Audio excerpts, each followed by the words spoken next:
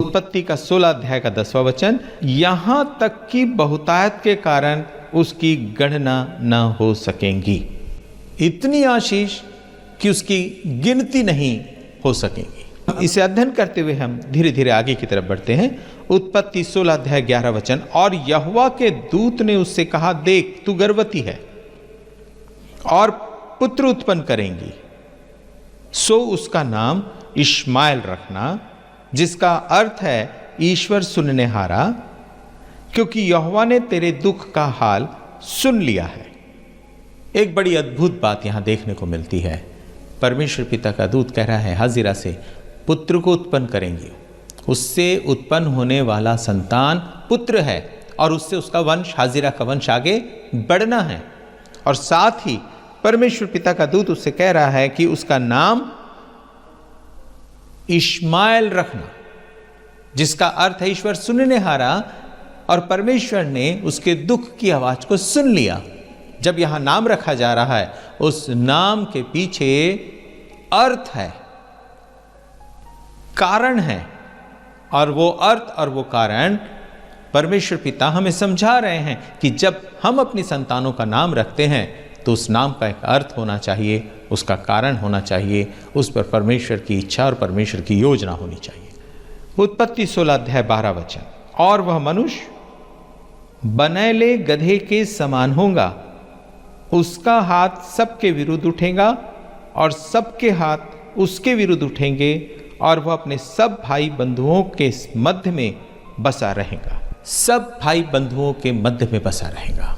उसका हाथ सबके विरुद्ध में और सबका हाथ उसके विरुद्ध में उठेगा। और इश्माएल के वंश को अगर हम देखें तो इश्माएल के वंश से हमारे इश्माइली भाइयों का जन्म हुआ, जिन्होंने आज हम उन्हें इस्लाम के धर्म मानने वालों के रूप में जानते और पहचानते हैं। और इश्माएल का सारा वंश इस पृथ्वी पर मध्य में बसा हुआ है। और आप इतिहास को अगर उठाकर देखें, और आज भी अगर आप अपनी नज़र को अरब देश की तरफ अगर घुमाएं, तो आपको देखने को मिलेगा कि इश्माएल के वंश के विरोध में पृथ्वी के हर एक उनके भाइयों का हाथ उठा हुआ है और उनका हाथ उनके विरोध में उठा हुआ है। चलिए आगे बढ़ते हैं। उत्पत्ति 16 अध्याय 13 वचन, तब उसने यहोवा का नाम जिसने उससे बातें की थी अताल रोई रखकर कहा, तू सर्वदर्शी ईश्वर है। क्या मैं यहां भी उसको जाते हुए देखने पाई जो मेरा देखने हारा है? हाजिरा ने परमेश्वर के कहे हुए वचनों पर विश्वास किया कि परमेश्वर जैसे कह रहे हैं वैसा ही मेरे साथ होगा, और उसने उसका नाम अताल रोई रखा, जिसका अर्थ है वो सर्वदर्शी परमेश्वर है। वो जंगल में जा रही थी, परमेश्वर ने उससे देखा, परमेश्वर ने उसके गर्भ को देखा, परमेश्वर ने उसके वंश को देखा, परमेश्वर ने उसके वंश के आने वाली भविष्य की सारी बातों को देखा और हाजिरा को बताया। परमेश्वर सर्वदर्शी परमेश्वर है। उत्पत्ति का किताब 16 अध्याय और उसका 14 वचन, इस कारण उस कुएं का नाम लहरोई कुआं पड़ा, वह तो कादेश और ये रेत के बीच में है, जिस कुएं के पास परमेश्वर पिता ने उसे दर्शन दिया था। 15 वचन, सो हाजिरा अब्राहम के द्वारा एक पुत्र जनी, और अब्राहम ने अपने पुत्र का नाम जिसे हाजिरा जनी इश्माएल रखा। 16 वचन, जब हाजिरा ने अब्राहम के द्वारा इश्माएल को जन्म दिया, उस समय अब्राहम 86 वर्ष का था। अब्राहम ने हाजिरा के द्वारा जन्मे उसके बेटे को देखा, और ज़रूर अब्राहम को अब लग रहा है, ओह मैंने परमेश्वर के एक बड़े काम को कर दिया। अब परमेश्वर ने जो मुझसे वाचा बांधी है, जो प्रतिज्ञाएं की है, इश्माएल के जरिए पूरी होंगी, ऐसा विचार आ रहा है अब्राहम के जीवन में। अपनी समझ का सहारा अब्राहम ले रहा है। कई बार मैं और आप भी परमेश्वर के सेवकाई को करने के लिए अपनी ट्रिक लगा लेते हैं, अपनी हिकमत लगाते हैं, अपने सोच, अपने विचार, अपनी बुद्धि और अपने ज्ञान का इस्तेमाल कर लेते हैं। परमेश्वर के योजना से हटकर हम अपनी योजना को तैयार करते हैं, और परमेश्वर से पूछे बगैर, उससे आज्ञा लिए बगैर हम परमेश्वर के बड़े काम को करने की कोशिश करते हैं। और हमें ऐसा लगता है कि हम इसमें सफल हो गए हैं, हम इसमें सफल हो जाएंगे अगर हम इस तरह से काम करेंगे, हमारे पैटर्न से काम करेंगे हमारे तरीके से काम हम करेंगे, हम परमेश्वर के नाम को और ऊंचा उठा पाएंगे। 16 अध्याय में हमने जिस बात को सीखा वो ये है, अपनी समझ का सहारा न लेना। क्यों नहीं लेना? हम आगे बढ़ते हैं और 17 अध्याय की तरफ जब हम अध्ययन करते हुए आगे जाएंगे, तब हम 16 अध्याय में पाए जाने वाले कुछ रहस्य भरी बातों को देखेंगे और बड़ी आशीषों को पाएंगे। सो चलिए हम देखते हैं उत्पत्ति का किताब, उसका 17 अध्याय। जब अब्राहम 99 वर्ष का हो गया, तब यहोवा ने उसको दर्शन देकर कहा, मैं सर्वशक्तिमान ईश्वर हूं, मेरी उपस्थिति में चल और सिद्ध होता जा। King James version Bible society of India की बाइबल में मेरी उपस्थिति में चल का अर्थ दिया है, वहां लिखा है मेरे सामने चल। हमने पिछले अध्ययनों में देखा, नूह परमेश्वर के साथ साथ चलता था, हनोक परमेश्वर के साथ साथ चलता था। परमेश्वर के सामने चलने का अर्थ है पूरे विश्वास से और पूरे भरोसे के साथ चलना। परमेश्वर की उपस्थिति को जानने का अर्थ है गुनाह से, पाप से विमुख हो जाना, और परमेश्वर की उपस्थिति को जानते हुए परमेश्वर के भय में, परमेश्वर की आज्ञा का पालन करते हुए परमेश्वर की पवित्रताई में चलना। परमेश्वर मेरे और आप से भी यही आशा करते हैं। दूसरी बात, परमेश्वर अब्राहम से कह रहे हैं सिद्ध होता जा। परमेश्वर हमें सिद्ध करना चाहते हैं। वो चाहते हैं कि हम एक परिपूर्ण जीवन को जिए, जो हमारे परमेश्वर की पवित्रताई के साथ हमें यीशु मसीह के द्वारा मिला है। परमेश्वर चाहते हैं हम उस सिद्धता की तरफ न बल्कि बढ़े, परंतु उस सिद्धता को पालें। अब्राहम 99 वर्ष का हो चुका है, यहाँ लिखा है वो 99 वर्ष का है।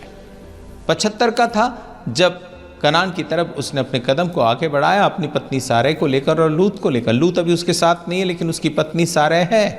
कितनी अजीब बात है, 99 वर्ष तक अब्राहम परमेश्वर की तरफ आशा लगाए रखा है, और 99 वर्ष की अवस्था में परमेश्वर उससे कहते हैं मेरी उपस्थिति में चल और सिद्ध होता जा। अब्राहम सिद्धता को नहीं पाया। 25 साल, उससे भी कई अधिक समय अब्राहम ने परमेश्वर के साथ में बिताए हैं, उसकी आशा में, उसकी उपस्थिति में, उसके भय में, उसकी आज्ञा का पालन करते हुए।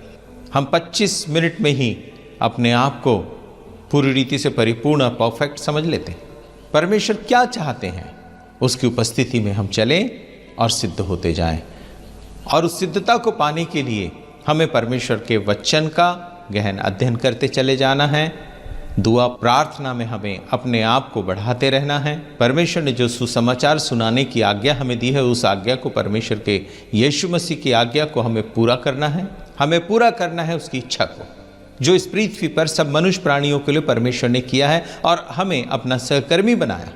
और वो चाहता है कि हम उसकी इच्छा को इस पृथ्वी पर रहते हुए पूरी करें, और वो चाहता है हम उसकी उपस्थिति में चलें और सिद्ध होते जाए।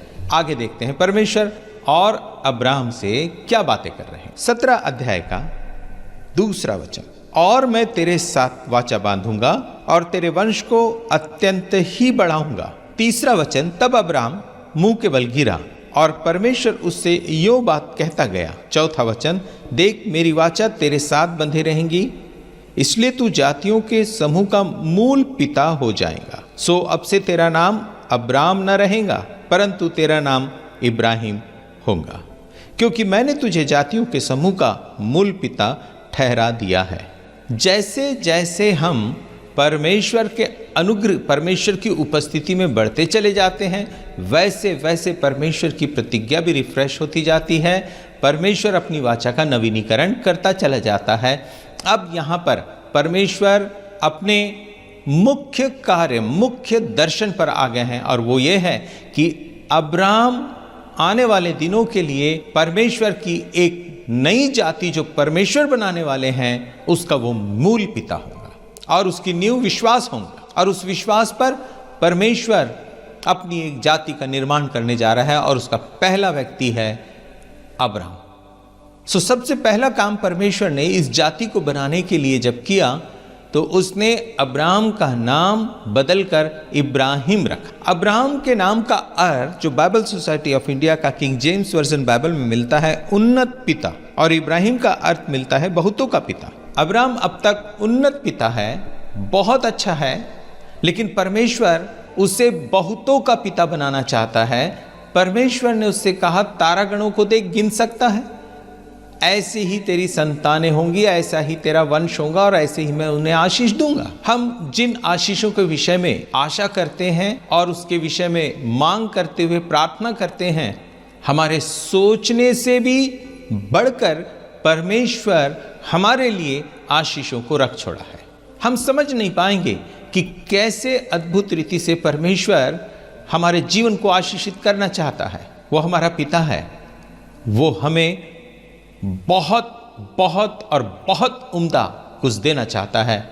बस सिर्फ इतना काम हमें करना है, हमें अपने परमेश्वर पर विश्वास रखते हुए, उसकी आज्ञा का पालन करते हुए, उसके भय में और पवित्रताई में आगे बढ़ते और चलते रहना है। चाहे हम जहां भी हो, जिस स्थिति में भी हो, जिस परिस्थिति में भी हो,